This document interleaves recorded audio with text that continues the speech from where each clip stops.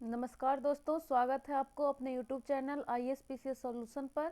हम लोग previous year देख रहे हैं यूपीएससी का, जिसमें मॉडर्न हिस्ट्री का पार्ट 2 चल रहा है, जिसका ये लेक्चर नंबर 6 है। हम लोग आगे के प्रश्न को कंटिन्यू करते हैं। पिछले लेक्चर में 85 तक हो गया था, आज 86 से देखते हैं। इसमें कह रहा है कि बरदौली सत्याग्रह 1928 का नेतृत्व किया। ए में है सरदार वल्लभ भाई पटेल ने, बी में कह रहा है महात्मा गांधी ने, सी में कह रहा है कि विठल भाई जी पटेल ने, डी में कह रहा है महादेव देसाई ने। तो ये तो इजी है कि बरदौली सत्याग्रह का नेतृत्व किसने किया था, तो ये हो जाएगा सरदार वल्लभ भाई पटेल ने। और यहीं पे बरदौली नेतृत्व के कारण ही वल्लभ भाई पटेल के यहीं पे बरदौली की महिलाओं द्वारा ही सरदार की उपाधि दिया जाता है। पूछता है कि सरदार वल्लभ भाई पटेल को सरदार की उपाधि कहाँ मिली, तो बरदौली सत्याग्रह में बरदौली की महिलाओं द्वारा। तो यानी हो जाएगा ये सरदार वल्लभ भाई पटेल ने 1928 में बरदौली सत्याग्रह का नेतृत्व किया था। बरदौली कहाँ पड़ता है, तो गुजरात में पड़ता है। नेक्स्ट प्रश्न पे चलते हैं, 87 नंबर। इसमें कह रहा है कि ए में कि 1916 में मौलाना मोहम्मद अली तथा अबुल कलाम आज़ाद ने विधान परिषद से त्याग पत्र दे दिया था। रीजन कह रहा है कि विधान परिषद के सभी भारतीय सदस्यों के विरोध के बावजूद सरकार ने रॉलेट एक्ट को पारित कर दिया था। कह रहा है कि इसमें से सही उत्तर चुनिए। ए में है कि ए और आर दोनों सही है तथा आर ए का सही स्पष्टीकरण है। बी कह रहा है कि ए और आर दोनों सही है परंतु आर ए का सही स्पष्टीकरण नहीं है। सी कह रहा है कि ए सही है लेकिन आर गलत है। डी कह रहा है कि ए गलत है लेकिन आर सही है। तो इसमें राइट आंसर क्या हो जाएगा, 1916 में मौलाना मोहम्मद अली तथा अबुल कलाम आज़ाद ने विधान परिषद से त्याग पत्र दे दिया था। तो ये 1916 में नहीं दिया था, कब दिया था, 1919 में।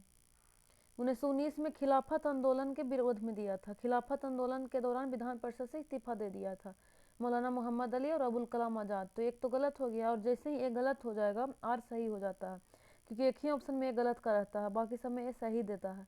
तो इसमें क्या हो जाएगा कि विधान परिषद के सभी भारतीय सदस्यों के विरोध के बावजूद सरकार ने रॉलेट एक्ट को पारित कर दिया था। ये सही है कि रॉलेट एक्ट कब पारित हुआ था, तो आपका ये हो जाएगा आपका मार्च 1919 में, मार्च 1919 में। तो ये हो जाएगा आपका कि ये गलत है परंतु और सही है। नेक्स्ट प्रश्न पे चलते हैं। नेक्स्ट कह रहा है कि 88 नंबर की भारत के स्वतंत्रता संग्राम से संबंधित निम्न कथनों में से कौन सा कथन सही नहीं है। ए में कह रहा है, इसमें है कि रॉलेट एक्ट ने सार्वजनिक रोष की एक लहर उमड़ी जिसके फलस्वरूप जालियांवाला बाग जनसंहार हुआ। बी में कह रहा है कि सुभाष चंद्र बोस ने फॉरवर्ड ब्लॉक गठित किया था। सी कह रहा है कि Bhagat Singh Hindustan Republic Socialist Association के संस्थापकों में से एक थे। डी में कह रहा है कि 1931 ईस्वी में कराची के कांग्रेस अधिवेशन में गांधी इरविन समझौतों का विरोध हुआ था। तो इसमें क्या हो जाएगा, पूछ रहा है सही नहीं है, पहले इस पे ध्यान देना है। कहीं कभी कभी ऐसा होता है कि हम लोग नहीं पे ध्यान नहीं देते हैं और जो राइट आंसर है एक मार्क निकल जाते हैं, तो ये तो गलत हो जाएगा फिर। तो ये मैं कह रहा था कि रॉलेट एक्ट से सार्वजनिक रोष की लहर उमड़ी जिसके फलस्वरूप जालियांवाला बाग जनसंहार हुआ। तो ये तो सही है। रॉलेट एक्ट अभी पढ़े कि मार्च 1919 में पारित होता है, जिसके बाद अप्रैल 1919 में फिर जालियांवाला बाग हत्याकांड होता है। तो ये हो जाएगा आपका कि ये तो सही है। उसके बाद अगला आ जाएगा कि सुभाष चंद्र बोस ने फॉरवर्ड ब्लॉक गठित किया था। तो ये भी सही है। कब गठित किए थे, तो 1939 में, जब त्रिपुरी अधिवेशन में विवाद के कारण इस्तीफा दे देते हैं। उसके बाद 1939 में फॉरवर्ड ब्लॉक का स्थापना करते हैं, फॉरवर्ड ब्लॉक सुभाष चंद्र बोस। तो ये भी सही है। उसके बाद है कि Bhagat Singh Hindustan Republic Socialist Association के संस्थापकों में से एक थे। यहाँ पे थोड़ा सा मिस्टेक है कि जैसे हिंदुस्तान HSRA का स्थापना किए थे, उसमें से एक थे, हिंदुस्तान सोशलिस्ट रिपब्लिक एसोसिएशन होना चाहिए था। तो ये भी सही है। डी में कह रहा है कि 1931 ईस्वी में कराची के कांग्रेस अधिवेशन में गांधी इरविन समझौते का विरोध हुआ था। तो ये गलत है, विरोध नहीं हुआ था, जबकि यहाँ पे इसका सब समर्थन किए थे। तो यहाँ पे गलत हो जाएगा, यानी सही नहीं है। तो हमारा राइट आंसर क्या हो गया, डी। 89 पे चलते हैं। 89 कह रहा है कि 1942 ईस्वी के क्रिप्स मिशन का एक महत्वपूर्ण पहलू था। ए में है कि भारत को किसी भी कोटि की स्वायत्तता देने की शर्त थी, भारत को किसी भी कोटि की स्वायत्तता देने की शर्त थी कि सभी भारतीय राज्यों को भारत संघ में शामिल होना चाहिए। बी में कह रहा है कि द्वितीय विश्व युद्ध के तुरंत पश्चात भारत संघ की स्थापना करना और उसे डोमिनियन पद प्रदान करना। सी कह रहा है कि विश्व युद्ध के पश्चात भारत को संपूर्ण स्वतंत्रता तथा प्रभुत्व का दर्जा प्रदान करने की शर्त थी भारतीय लोगों, समुदायों तथा राजनीतिक दलों का ब्रिटानिया के युद्ध में भाग तथा सहयोग। डी में है कि संपूर्ण भारत संघ के के लिए एक ही संविधान की संरचना करना, किसी भी प्रांत के लिए पृथक संविधान का न होना तथा सभी प्रांतों को संघीय संविधान मान्य होगा। तो इसमें राइट आंसर क्या हो जाएगा? 1942 ईस्वी के क्रिप्स मिशन का एक महत्वपूर्ण पहलू था। तो इसमें देख सकते हैं कि क्रिप्स मिशन कब आया था? तो मार्च 1942 में आया था। तो इसमें बात कहा गया था कि द्वितीय विश्व युद्ध के बाद संविधान डोमिनियन स्टेट का दर्जा दिया जाएगा भारत को, साथ ही संविधान निर्माण तथा स्वशासन देने की बात कही गई थी। तो इसमें क्या था? इसमें पहला तो नहीं है, बी में कह रहा है कि द्वितीय विश्व युद्ध के तुरंत पश्चात भारत संघ की स्थापना तथा इसे डोमिनियन पद प्रदान करना। तो हमारा राइट आंसर क्या हो जाएगा? बी। और कहा गया था कि स्वशासन देने की बात कही गई थी, लेकिन इसको अस्वीकार कर दिया गया था भारतीय, क्योंकि 1929 में ही यहाँ पूर्ण स्वराज का प्रस्ताव पारित कर दिया गया था, इसलिए डोमिनियन पे कहीं से कहीं तक रुकने की बात नहीं की जा रही थी। तो हमारा राइट आंसर क्या हो जाएगा? बी। 90 पे चलते हैं। इसमें कह रहा है कि कांग्रेसी नेताओं द्वारा मोंटेग्यू चेम्सफोर्ड रिपोर्ट की निंदा करने पर कई नरमपंथियों ने पार्टी छोड़कर निम्न से कौन सी पार्टी का गठन किया? ए में है स्वराज पार्टी, डी में है इंडियन फ्रीडम पार्टी, सी में है independent federation of India, D में कह रहा है कि इंडियन नेशनल लिबरल फेडरेशन। तो इसमें क्या हो जाएगा राइट आंसर? कि मोंटेग्यू चेम्सफोर्ड रिपोर्ट की निंदा करने पर नरमपंथी ने पार्टी छोड़कर किससे जुड़ गया था? तो 90 का क्या हो जाएगा? D, Indian national liberal federation. ये किस नेतृत्व में गठन हुआ था? तो इसका मेन लीडर थे सुरेंद्र नाथ बनर्जी, सुरेंद्र नाथ बनर्जी। इन्हीं के अध्यक्षता में ये बन गया था आपका Indian national liberal federation. Next प्रश्न पे चलते हैं। 91 कह रहा है कि 1935 ईस्वी के भारत शासन सरकार अधिनियम या भारत शासन अधिनियम की कुछ विशेषताएं थी। एक में कह रहा है कि गवर्नरी प्रांतों में द्वैत शासन की समाप्ति, दो कह रहा है कि गवर्नरों को विधायी क्रियाओं में निषेधाधिकार यानी वीटो की शक्ति तथा स्वयं द्वारा विधि बनाना, तीन कह रहा है कि सांप्रदायिक प्रतिनिधित्व की नियम की समाप्ति। पूछ रहा है कौन सा सही है? ए कह रहा है केवल 1, बी कह रहा है 1 और 2, सी कह रहा है 2 और 3, डी कह रहा है 1, 2 और 3। तो इसका राइट आंसर क्या होगा? अब रोक के थोड़ा सा उसको बनाने का प्रयास कीजिए। जैसे क्या होगा? पहला में कह रहा है कि गवर्नर यानी कि प्रांतों में द्वैत शासन की समाप्ति, तो सही था कि 1919 का जब अधिनियम आया था तो प्रांतों में द्वैत शासन की बात की गई थी, लेकिन 35 के अधिनियम में प्रांतों में द्वैत शासन समाप्त कर दिया जाता है, यानी कि क्या हो जाएगा कि 35 के अनुसार तो सही है कि द्वैत शासन की समाप्ति हुई थी, यानी कि एक हमारा राइट आंसर है। दो में कह रहा है कि गवर्नरों को विधायी क्रियाओं में निषेधाधिकार की शक्ति तथा स्वयं द्वारा विधि बनाना, तो ये भी सही है। तीन में कह रहा है कि सांप्रदायिक प्रतिनिधित्व के नियम की समाप्ति, तो ये गलत है, इसमें तो और बढ़ावा दिया गया था। 1919 में सिर्फ मुसलमानों के लिए था, 1919 में और बढ़ा महिलाओं और एंग्लो इंडियन ये सब का, उसी तरह 35 में और बढ़ा करके उसको बहुत सारे में विस्तार कर दिया गया था। तो क्या हो गया? यानी कि 3 गलत है, तो 3 इसमें कट जाएगा, इसमें कट जाएगा, यानी इसका राइट आंसर क्या हो जाएगा? बी। 1 और 2 हमारा राइट आंसर है। नेक्स्ट प्रश्न पे चलते हैं। 92 कह रहा है कि निम्नलिखित कथनों पर विचार कीजिए। एक है कि भारतीय राष्ट्रीय कांग्रेस का प्रथम अधिवेशन कलकत्ता में हुई। दो कह रहा है कि भारतीय राष्ट्रीय कांग्रेस का दूसरा अधिवेशन दादा भाई नौरोजी की अध्यक्षता में हुआ। तीन कह रहा है कि भारतीय राष्ट्रीय कांग्रेस तथा मुस्लिम लीग दोनों ने लखनऊ में 1916 ईस्वी में अधिवेशन किया तथा लखनऊ अधिवेशन समझौता संपन्न हुआ। पूछ रहा कौन सा सही है? ए में 1 और 2, बी में केवल 2, सी में 2 और 3, डी में केवल 3। तो इसका राइट आंसर क्या होगा? जैसे पहला कह रहा है कि भारतीय राष्ट्रीय कांग्रेस का प्रथम अधिवेशन कलकत्ता में हुआ था, तो ये तो गलत है। कहाँ हुआ था? कल हम लोग बनाए थे ना कि बी सी एम ई, पहला बम्बई में हुआ था। इसके अध्यक्षता किसने किए थे?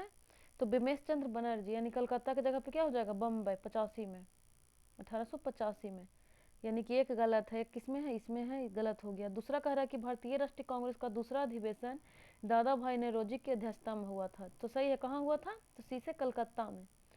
थर्ड में कह रहा है कि भारतीय राष्ट्रीय कांग्रेस तथा मुस्लिम लीग दोनों ने लखनऊ में 1916 ईस्वी में अधिवेशन किया तथा लखनऊ समझौता संपन्न किया, तो ये भी सही है। 1916 में लखनऊ समझौता हुआ था। इसकी अध्यक्षता किसने किया था?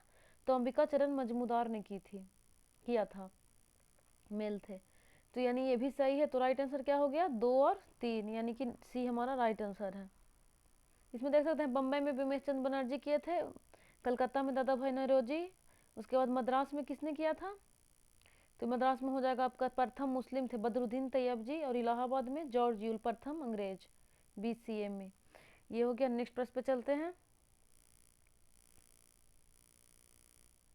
93 कह रहा है कि निम्नलिखित कथनों में से कौन सा एक सही है। ए में है कि वर्ष 1946 में प्रांतीय सभाओं द्वारा भारत की संविधान सभा चुनी गई। बी में कह रहा है कि जवाहरलाल नेहरू, मोहम्मद अली जिन्ना और सरदार भाई पटेल भारत की संविधान सभा के सदस्य थे। सी कह रहा है कि भारत की संविधान सभा का प्रथम अधिवेशन जनवरी 1947 में हुआ। डी कह रहा है कि भारत का संविधान 26 जनवरी 1950 को अंगीकृत किया गया। पूछ रहा है कि कौन सा इसमें सही है 93 में, तो इसका राइट आंसर क्या होगा। तो ए में है कि वर्ष 1946 में प्रांतीय सभाओं द्वारा भारत की संविधान सभा चुनी गई, यानी हमारा ये सही है, यानी कि ये हमारा सही हो जाएगा। बी कह रहा था कि जवाहरलाल नेहरू, एम ए जिन्ना और सरदार वल्लभ भाई पटेल भारत की संविधान सभा के सदस्य थे, तो ये गलत हो जाएगा, जिन्ना सदस्य नहीं थे। उसके बाद सी में हो जाएगा कि भारत की संविधान सभा का प्रथम अधिवेशन जनवरी 1947 में हुआ, तो ये भी गलत है। कब हुआ था प्रथम अधिवेशन, तो ये तो हुआ था आपका 9 दिसंबर 1946 को। 1946 की अध्यक्षता किसने किया था, तो अस्थायी अध्यक्ष बने थे सच्चिदानंद सिन्हा। उसके बाद 11 दिसंबर को भी होता है 1946 में, जिसमें स्थायी अध्यक्ष बनते हैं आपका डॉक्टर राजेंद्र प्रसाद। उसके बाद 13 दिसंबर को आता है आपका उद्देश्य प्रस्ताव, यानी कि ये भी गलत हो गया। डी कह रहा है कि भारत का संविधान 26 जनवरी 1950 को अंगीकृत किया गया, तो नहीं, अंगीकृत कब किया गया था, तो ये तो आपका 26 जनवरी 1949 को किया गया, 26 नवंबर 1949 को अंगीकृत किया गया था, जबकि लागू अगर पूछेगा तब होगा 26 जनवरी 1950 को लागू, जबकि अंगीकृत तो 26 नवंबर 1949 को ही हो गया था, 1949, यानी ये हमारा राइट आंसर है कि वर्ष 1946 में प्रांतीय सभाओं द्वारा भारत की संविधान सभा चुनी गई। नेक्स्ट प्रश्न पे चलते हैं। इसमें कह रहा है कि मोंटेगिर चेम्सफोर्ड की रिपोर्ट ए में भारत परिसर अधिनियम 1909 का आधार बनी। बी कह रहा है कि भारत सरकार अधिनियम 1909 का आधार बनी। सी कह रहा है कि भारत सरकार अधिनियम 1935 का आधार बनी। और डी कह रहा है कि भारतीय स्वतंत्रता अधिनियम 1947 का आधार बनी। तो मोंटेगी चेम्सफोर्ड रिपोर्ट कब आया था, तो आपका आया था 20 अगस्त 1917 को, 20 अगस्त 1917 को आया था। जो बाद में कौन सा अधिनियम आता है, मोंटेगी चेम्सफोर्ड 1919 का आधार बनता है, यानी कि इसका बी राइट आंसर हो जाएगा। इसे 1919 को ही मोंटेगी चेम्सफोर्ड अधिनियम के नाम से जाना जाता है, जहाँ चेम्सफोर्ड जो थे वो वाइसराय थे और मोंटेगी जो थे वो भारत सचिव थे। इसी के नाम पे इसका नाम पड़ा था मोंटेगी चेम्सफोर्ड रिपोर्ट, दोनों के द्वारा बनाया गया था इसलिए। तो यानी हो जाएगा भारत शासन अधिनियम 1909 का क्या नाम था, 1919 को कहा जाता था मार्ले मिंटो रिपोर्ट। मार्ले उसमें भारत सचिव रहता है और मिंटो वाइसराय रहता है। नेक्स्ट पे चलते हैं 95 नंबर। इसमें कह रहा है कि भारतीय स्वतंत्रता संग्राम के दौरान निम्नलिखित में से किसने प्रस्तावित किया कि स्वराज को सभी प्रकार के विदेशी नियंत्रण से मुक्त संपूर्ण स्वतंत्रता के रूप में परिभाषित किया जाए।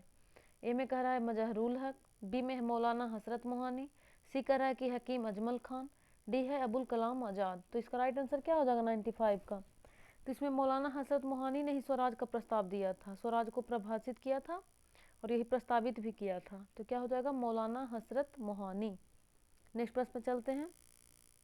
इसमें कह रहा है कि 96 में कि 1919 में पंजाब में हुए अत्याचारों से अपने विरोध के प्रतीक के रूप में किस विख्यात व्यक्ति ने ब्रिटिश सरकार द्वारा प्रदान किए गए नाइटहुड की उपाधि को वापस लौटा दिया। ए में है तेज बहादुर सप्रू, बी में है सुतोष मुखर्जी, सी में है रविन्द्रनाथ टैगोर, डी में है सैयद अहमद खां। तो इसका राइट आंसर क्या हो जाएगा, नाइटहुड की उपाधि किसने त्यागा था, तो ये रविन्द्रनाथ टैगोर ने त्यागा था। नेक्स्ट में चलते हैं। भारत के स्वतंत्रता संग्राम के दौरान घटित निम्नलिखित घटनाओं पर विचार कीजिए। ए में है चौरी चौरा कांड, चौरी चौरा हिंसा, बी में है मिंटो मार्ले सुधार, डी में है दांडी यात्रा, चार में है मोंटेगी चेम्सफोर्ड सुधार। तो चौरी चौरा हिंसा कब हुआ था, ये तो असहयोग आंदोलन के वापस लिए, इसी के कारण वापस लिया गया था फरवरी 1922 में। मार्ले मिंटो कब आया था, तो 1909 अभी बताएं। दांडी यात्रा कब प्रारंभ हुआ था, तो 1930 में। और मोंटेगी चेम्सफोर्ड सुधार कब हुआ था, तो 1919 में। तो क्रम कौन सा हो जाएगा, सबसे पहले हो जाएगा 1909 यानी 2, उसके बाद हो जाएगा 1919 4, उसके बाद आ जाएगा 22 1, उसके बाद आ जाएगा 3 2 4 1 3, किसमें है हमारा बी आंसर सही है। नेक्स्ट प्रश्न पे चलते हैं। 98 कह रहा है कि प्रथम विश्व युद्ध के दौरान सक्रिय होने वाले गदर क्रांतिकारियों का आधार स्थल था। ए में कह रहा है मध्य अमेरिका, बी कह रहा है उत्तरी अमेरिका, सी कह रहा है पश्चिमी अमेरिका, डी कह रहा है दक्षिणी अमेरिका।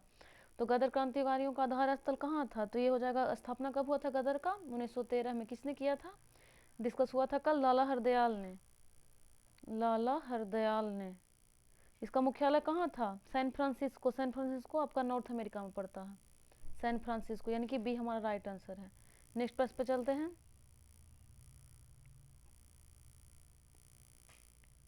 99 कह रहा कि निम्नलिखित कथनों पर विचार कीजिए। ए में है कि भारत छोड़ो आंदोलन प्रारंभ करने के पूर्व दिन महात्मा गांधी ने, एक में कह रहा है, यहाँ पे साउंड रुक गया था, यहाँ पे देख लेते हैं। जैसे क्या था कि भारत छोड़ो आंदोलन प्रारंभ करने के पूर्व दिन महात्मा गांधी ने, एक में था कि सरकारी कर्मचारियों को त्याग पत्र देने को कहा था, तो ये गलत था, क्योंकि वो नौकरी से इस्तीफा देने को नहीं कहा था, बल्कि कहा था कि कांग्रेस के प्रति अपनी निष्ठा की घोषणा करे, यानी एक गलत था। दो में था कि सैनिकों से अपने पद छोड़ने को कहा था, ये भी गलत है, बोला कि अपने पद पे बने रहो लेकिन गोली चलाने से इनकार कर देना है, ये भी गलत था। और 3 में कह रहा था कि राजसी रियासतों के राजाओं को अपनी जनता की प्रभुसत्ता स्वीकार करने को कहा था, ये सही है, यानी कि कौन सा सही हो जाएगा? केवल 3। 100 में कह रहा था कि निम्नलिखित में से किस एक प्रदेश में सन 1935 के अधिनियम के अंतर्गत कांग्रेस की मंत्रिपरिषद का गठन नहीं हुआ था? ए में है बिहार, बी में है मद्रास, सी में है उड़ीसा और डी में है पंजाब। तो 1935 के अधिनियम के अनुसार टोटल 6 प्रांत में गठन हुआ था। 6 प्रांतों में, पहला था बम्बई, फिर मद्रास, फिर मध्य प्रांत जो वर्तमान में एमपी है, उसके बाद उड़ीसा हो गया, संयुक्त प्रांत और बिहार। तो कहाँ कहाँ? मद्रास में हुआ था, बिहार में हुआ था, उड़ीसा में भी हुआ था। कहाँ नहीं हुआ था? तो पंजाब में नहीं हुआ था। एक बार फिर से देख लीजिए, 6 प्रांत में हुआ था, पहला था बम्बई, फिर मद्रास, मध्य प्रांत, उड़ीसा, संयुक्त प्रांत और बिहार। आज यहीं तक कंटिन्यू करते हैं, यानी इसका पंजाब नहीं हो जाएगा। मिलते हैं नेक्स्ट लेक्चर में, धन्यवाद।